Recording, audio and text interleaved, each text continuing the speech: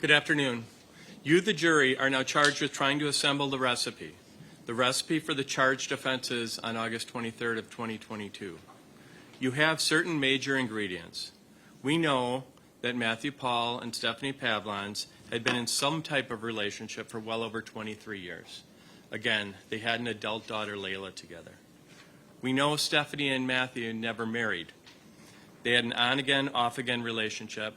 Stephanie spent periods of time with Matthew, and she spent extended periods of time at her parents' home in Delafield. Her driver's license was for the Delafield home, and she listed the Delafield home to medical providers. We know in 20 and 21, Matthew communicated regularly with at least 2 girls in the Philippines. Stephanie was not only aware of this, but she also communicated with at least one and likely both of them. We know Matthew and Stephanie had medical issues, and both were taking prescription medication. We know Stephanie had a history of mental health issues, including suicide attempts. We know in the summer of 2022, Matthew broke his foot and needed to go through several months of physical therapy. And then we know Stephanie stayed at Matthew's apartment the night of August 22nd, 2023. The next morning, they left the apartment building and drove to Orthopedic Associates in the town of Delafield, and they stopped at Quick Trip on the way. Matthew attended his therapy appointment, then drove directly back to his apartment, and Stephanie was no longer with him. We know on the morning of September 9th of 2022, some workers were placing those no trespassing signs around that wooded area, and they located Stephanie Pavlons' body. Finally, we know the Waukesha County Medical Examiner cannot determine the cause or manner of death for Stephanie Pavlons. You as a jury have heard 7 days of testimony. You've heard from 28 witnesses and seen hundreds of exhibits. That testimony and that evidence does not provide the full picture, and they are not the necessary ingredients, and they are not sufficient for the crimes charged. I also would like to thank you as the jury. You've made sacrifices from work, you've made sacrifices from your family. This is not only your civic duty, but we all have a desire to see that justice and fairness are preserved. You've given Mr. Pahl the opportunity to have his day in court, and I believe we have demonstrated he is not guilty of these crimes. If you remember back to jury selection, the questions were meticulous, they were repetitive, and they were selective. And I want you to think about why. Why is because we wanted 12 people who could reason, we wanted 12 people who could listen carefully to the evidence, and we wanted 12 people who could apply common sense. Remember back to jury selection again that you promised to presume Mr. Pahl innocent. And again, he was innocent in the eyes of the law, and I hope and trust that you presented him innocent at the onset of this case. Finally, you promised to hold the government to the burden of proving Mr. Pahl guilty of these crimes beyond a reasonable doubt and to a moral certainty. And I call upon you to abide by that promise. You've all heard the phrase reasonable doubt. It's been mentioned in this and other trials. The judge will provide you a definition of it, and the state has the burden of proving each and every element beyond a reasonable doubt. Prosecutors, lawyers, and even police officers work within standards that are called burdens of proof. Burdens of proofs are levels of certainty as to whether a fact is true. Perhaps the lowest burden is a mere hunch or a suspicion. The next level would be reasonable suspicion. And reasonable suspicion is defined as having specific facts that a specific individual did something wrong. Reasonable suspicion is needed for a police officer to make an involuntary contact, like a traffic stop. Next would be probable cause. Probable cause is a reasonable amount of suspicion, supported by circumstances sufficiently strong to justify a person's belief that certain facts are probably true.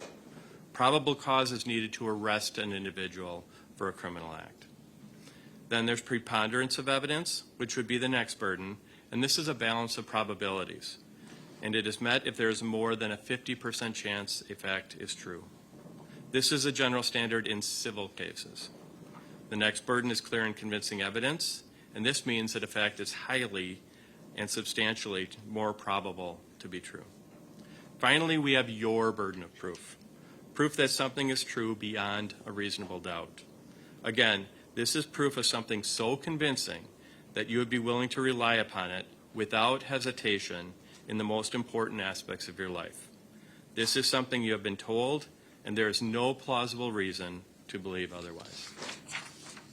A criminal conviction is something so important that our legal system requires the government to prove someone committed each and every element of each charged offense beyond a reasonable doubt.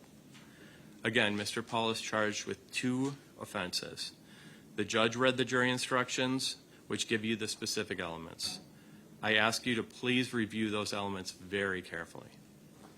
Reasonable doubt does not require you have the exact measurements of every required ingredient. However, it does require at the end you have a proper cake. I'm comfortable that the government has not met its burden. You need to sort through all the items in your pantry.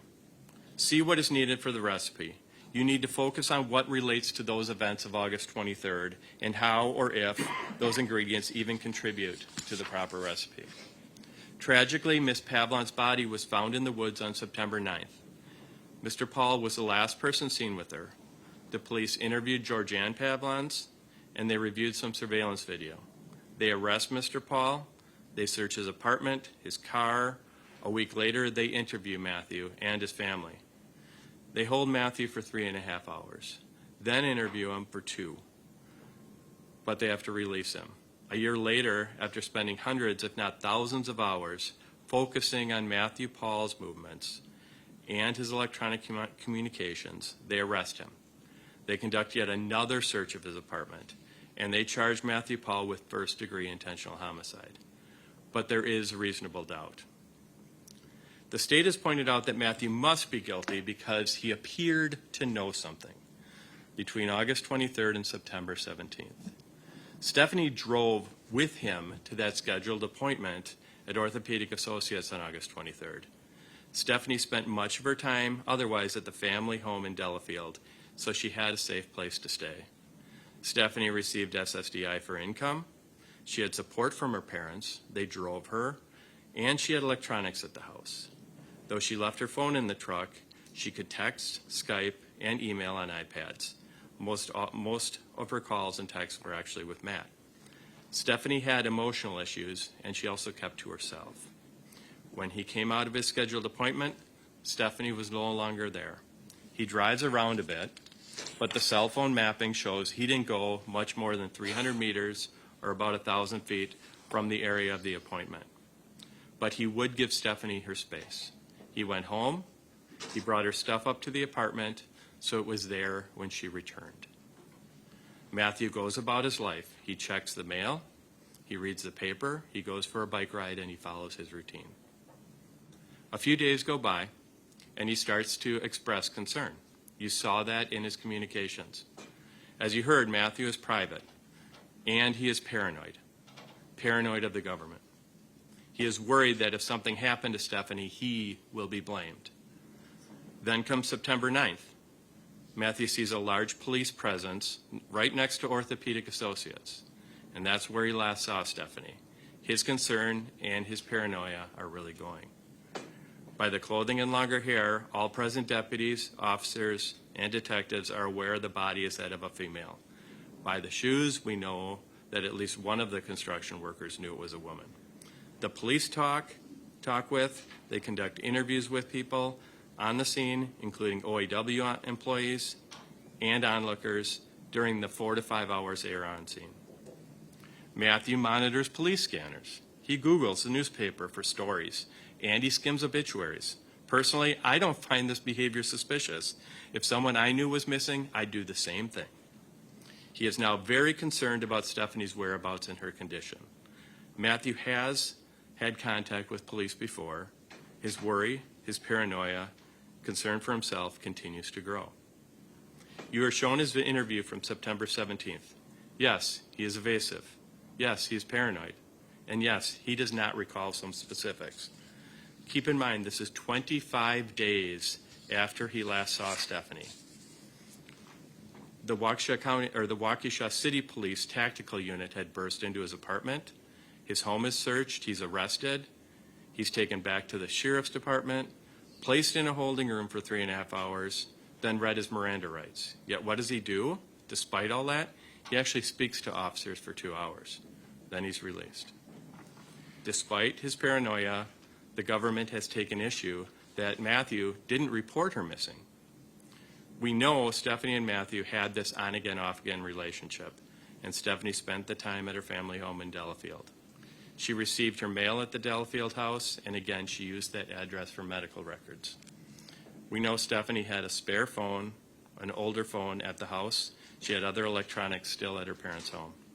Georgianne Pavlons also said that after the move from West Avenue to Delafield Street, Stephanie kept most of her stuff at that house. Finally, we were told Stephanie was very private. It was not unusual for Stephanie to have periods of no contact. No one, no friends, not Layla, not Georgianne Pavlons, despite an unanswered text August 25th, and not Richard Pavlons, no one reported her missing. The government made issue of the fact that Matthew accessed and occasionally used some electronics and even social media for Stephanie. Matthew and Stephanie spent time together. They worked together. Matthew recently bought one of Stephanie's cell phones for her, and he paid the phone costs and the data costs for both of them. The state even showed us a Skype exchange between one of the girls from the Philippines and Stephanie's account shortly after August 23rd. Ms. DeCierto sent 20-plus messages to Stephanie's account. Matthew responded once, maybe twice, pretending to be Stephanie. He was fishing, trying to see what Ms. DeCierto thought of Matthew. Then we saw Matthew quickly revealed it was him by mentioning spanking. He ended his trickery quickly. The government took issue with the fact that some calls were deleted from Stephanie's phone and maybe some texts. They make a big deal that Matthew was using Stephanie's phone, sending Facebook messages and Skype messages. But you saw Matthew's interview. He didn't tell the police, hey, her phone's been used. She's sending messages. She must be alive and well. There was no trickery like that. I honestly don't know why he did what he did, but it certainly doesn't prove that Matthew killed Stephanie Pavlons. What about the alprazolam prescription that Matthew picked up for Stephanie on August 25th? We know that particular bottle was found empty 3 weeks later. It was mentioned by the state on September 17th. We also know that at that time, both Matthew and Stephanie were prescribed that medication. We know Matthew monitored Stephanie's prescriptions. We heard testimony that medication was often carried in their pockets. We know police thoroughly checked Matthew's apartment and his truck.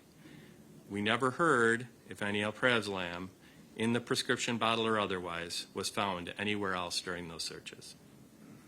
Then there's the black purse. Again, Stephanie and Matthew were frequently in and out of the building, up and down the stairs, carrying shopping bags, water bottles, and stuff to and from the truck. At some point, Matthew brought the purse back into the apartment and placed it with Stephanie's other tan bag in the bedroom closet for her when she returned. Like the pill bottle, Stephanie's phone, like her iPad, like her pink water bottle, he didn't throw the purse in the garbage. He didn't hide it. He didn't destroy it. There's no evidence Matthew wiped out his email accounts or his Skype accounts, and he didn't delete the memory from his dashboard camera. Again, it does not appear Matthew threw anything out despite his interactions with the police. During the search warrant a year later in September 2023, detectives located in a box that list and designations of countries which wouldn't cooperate with extradition. But we have no idea when or why that list was made. It clearly was no secret that Matthew Pahl communicated very regularly with those two women in the Philippines, Ms. Valente and Ms. DeCierto. We learned Stephanie communicated with both of them. Both Stephanie and Matthew were making plans to travel to the Philippines. Given the regular and open communication, this does not appear to have anything directly to do with the end of Stephanie's life. 7 months after he had been arrested, then released, we learned Matthew planned a trip to the Philippines in March of 2023. Despite his DNA being taken right before he left, thus knowing he was still a person of interest, Matthew Pahl returned to Waukesha as scheduled in June of 2023. The state has replied on the testimony of Deputy Willis of the Racine County Sheriff's Department. Deputy Willis is a handler for Raven, and they had gone through cadaver search training. We heard a lot about Deputy Willis and Raven's training. Most of the training involved actual human remains. Deputy Willis testified the NNDDA is voluntary. It's a voluntary membership, and he pays an annual fee. No specific education is required, and he's not even required to take training notes. He is tested or certified once a year or so, and was tested and certified by Ms. Corcoran, who is his regular trainer.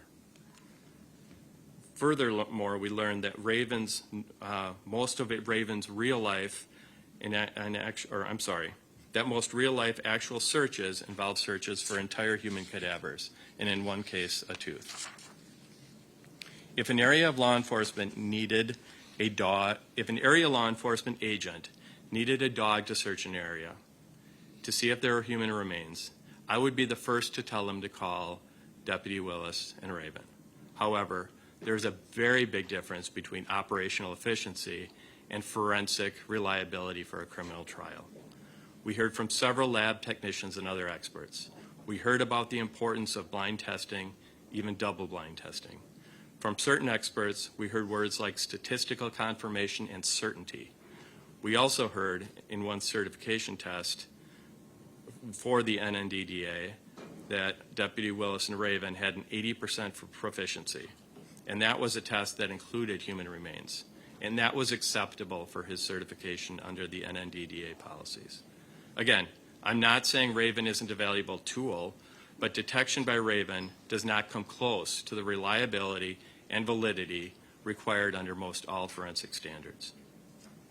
Let's talk about the search that occurred and the circumstances under which that search occurred on September 19th, 2022. We heard from Detective LaFleur. She was working in the ID Bureau and took initial custody of Mr. Pahl's Tacoma pickup truck.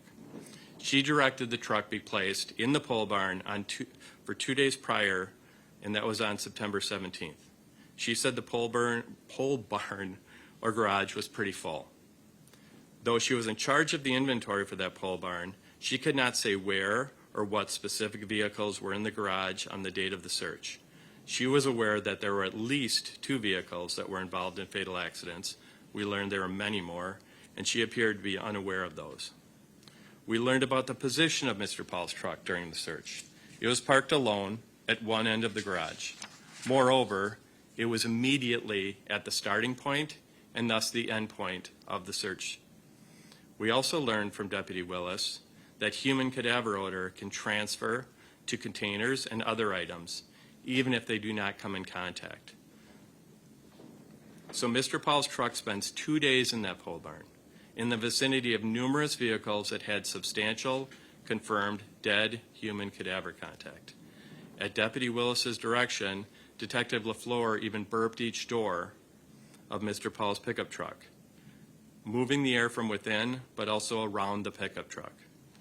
She was not directed to burp any other vehicle, and even Deputy Willis stated this was a less than an ideal environment for a cadaver dog search. Then the search begins. Raven starts the search adjacent to Mr. Pahl's pickup truck with no change in behavior. We know Raven did not indicate on most of the vehicles that were actually involved in human fatality accidents, including numerous vehicles, motorcycles. And Raven did not even exhibit a change of behavior in most all cases, nor did she provide an alert. Then we learned that when Raven was nearly back to the starting point, done with the search area, she turned around. Then Deputy Willis started walking away.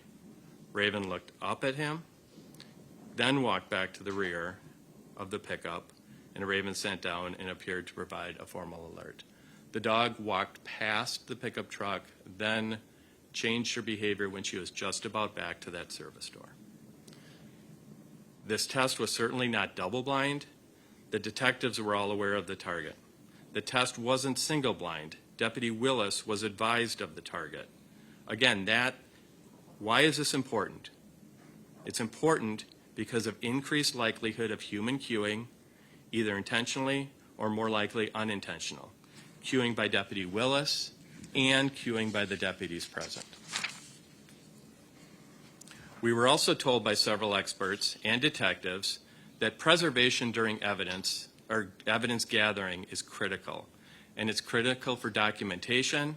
It's critical in criminal cases when there is a need for review, for critical analysis. Deputy Willis even takes photos for his training notes. On September 19th, Deputy Willis and certainly the Waukesha County Sheriff's Department had the capacity to record that canine search. Video would have been best, photo would have been good, especially to have an inventory of that, specific inventory and placement of cars in the garage. But we have neither. We have no way to review or evaluate what truly and accurately happened. Finally, we learn that the Waukesha County Sheriff's Department, or detectives, brought in the forensic experts from the Wisconsin State Crime Lab to process the truck. Not only was there no visible evidence of any relevant volatile human remains, they took countless swabs, including from the rear bed and bumper. The results showed signs that Matthew Pahl was in the front cab of the truck and I think the bed of the truck, but all other tests were negative. Finally, we have the biggest areas of reasonable doubt. We still have those three questions that I asked at the beginning of this case. Question 1, how did Stephanie get from the cab of Matt's truck several hundred feet in broad daylight to the small wooded area where she was found? Keep in mind that in August and September of 2022, the area appeared to be quite active. It was not yet posted no trespassing. It was not overgrown like you saw. You saw the pictures. The body was along a path in a moderately sized clearing near a fire pit or a burn barrel, not far from numerous beer cans. Even after workers posted those no trespassing signs, at least one person walked that trail through the woods. We saw that on the trail cam picture. Keep in mind, the area is bounded by a heavily traveled frontage road and interstate, a very busy health center, a golf course, and homes. Question 2, if Matt carried Stephanie into that wooded area, when would he have done that? Keep in mind, Matt was still dealing with his broken foot. Keep in mind the distance from that parking lot to the woods, the traffic, the sight lines along the east side of Orthopedic Associates. Keep in mind that the government has hundreds of hours of camera footage and cell phone mapping, cameras that capture every single time Matthew leaves or enters that apartment building. That door 4 camera that captures every single time Matthew's truck leaves and enters the apartment. Those comings and goings correlate to cell phone mapping. Other than a few scheduled daytime appointments, there is no evidence that Matthew ever went back to the area of Orthopedic Associates. Think about this. If Matthew Pahl somehow killed Stephanie, why didn't he flee? He didn't flee after August 23rd, 2022. He kept his appointments at Orthopedic Associates. He kept his routine. He didn't flee after being arrested September 17th of 2022. He also could have stayed in the Philippines, but he returned as scheduled to Waukesha in June of 2023. Finally, we have question 3, and that is, what proof does the government have that Stephanie was actually killed by another person? Could it have been suicide? Could it have been a medical issue? Now, we had Deputy Schrader's outline that took a good part of 2 days. After scouring days, perhaps weeks, of surveillance footage, thousands of emails, hundreds of Skype messages, and other cell phone data, he provided his PowerPoint presentation. That PowerPoint presentation not only very selectively picked which messages and data to show, he actually showed just select portions of many of those messages. Still, none of those three questions were answered. The government certainly wants Stephanie's death to be a homicide. They presented selective evidence to support their theory. However, there are countless theories, and those theories are not inconsistent with the testimony and the evidence. Again, members of the government said Stephanie was murdered in the woods. Then maybe Stephanie was murdered in the pickup truck, then somehow dragged to the woods. Keep in mind, family members said Stephanie liked to go for walks outside, especially if she wanted to smoke. Maybe Stephanie walked into the woods to vape and something happened. Keep in mind, Stephanie accidentally urinated in Matthew's truck during an appointment 2 weeks earlier. And we know Stephanie did not use the restroom at Quick Trip. Maybe Stephanie walked into the woods to use the restroom and something happened. Maybe Stephanie accidentally overdosed on her prescribed medication. Stephanie's own mother, Georgianne Pavlons, testified Stephanie talked about suicide. We learned Stephanie recently overdosed on her prescription medication. We also heard Stephanie had visible cuts on her wrists. We have Stephanie's journals, and we have the note that was found in Matthew's truck. Perhaps it was an intentional overdose. While admittedly not likely, Stephanie could have used that scalpel, but there's not necessarily evidence of that. All I'm doing is trying to express the number of things that could have happened that aren't inconsistent with the evidence. We also know, finally, that officers found that empty container of Stephanie's seizure medication at the family home in Delafield. And we heard Dr. Rochelle talk about the correlation between stressors and epileptic seizures. Perhaps Stephanie had a seizure or another medical event. We have our Waukesha County medical examiner, Dr. Shields' testimony. She examined the scene. She examined the clothing. She examined Stephanie. Excuse me.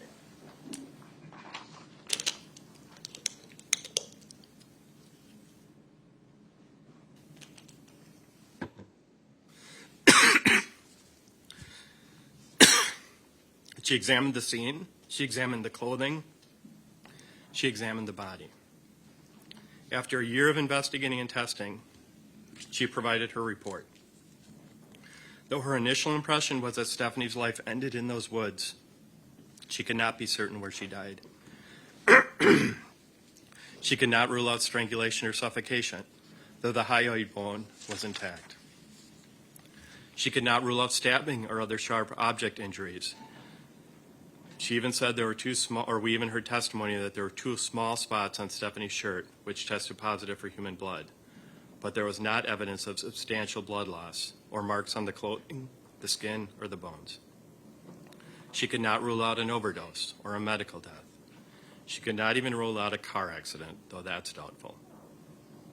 Dr. Shields determined cause of death and manner of death was undetermined. This was affirmed by Dr. Truesdale, the state's death investigator, and this was affirmed by Dr. Hale. Again, there were thousands of emails and Skype messages, and the government picked some messages from 2021 and a few in early 2022 that demonstrate Matthew was unkind and at times downright mean towards Stephanie. This was especially true when he was discussing the misuse of her prescription medication. We also saw a few selections from Stephanie's journal, which were over a year prior to August of 2022. Matthew Pahl was private. Matthew Pahl was clearly paranoid. Matthew was at times less than kind, perhaps much less than kind, with women, in particular Stephanie Pavlons. But being a bad boyfriend does not make him a murderer. In summer of 2022, we don't have any of those type of entries. We don't have those journal entries. Stephanie was freely and willingly going back and forth between the Delafield house and Matthew's apartment. Keep this in mind. Georgianne Pavlons testified, and she stated that she was not worried about Stephanie's safety when she was with Matthew Pahl. All this testimony and all this evidence is your pantry full of ingredients. You have certain background facts, and those are like the items in the fridge. The government has tried their best to assemble the specific ingredients. They decided Matthew Pahl somehow killed Stephanie Pavlons. They have selected evidence to fit that theory.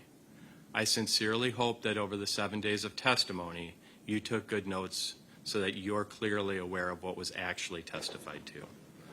The state has baked what they want to be a chocolate cake. It doesn't look right, and it doesn't taste right. You will have the right to review some of the evidence. If you want to see a video or picture or certain documents, you can ask. You can see the video of Matthew coming back to the Willow Park apartments after that appointment on August 23rd, 2022. No dirt, no sweat. He looks just like he does on any other day, and he acts just like he did on any other day. I do have a final note before I finish up. I assume at times during the trial and presentation of evidence, you observe Matthew Pahl talking to either Attorney Galaviz or I can tell you, he knows the evidence in this case probably better than me.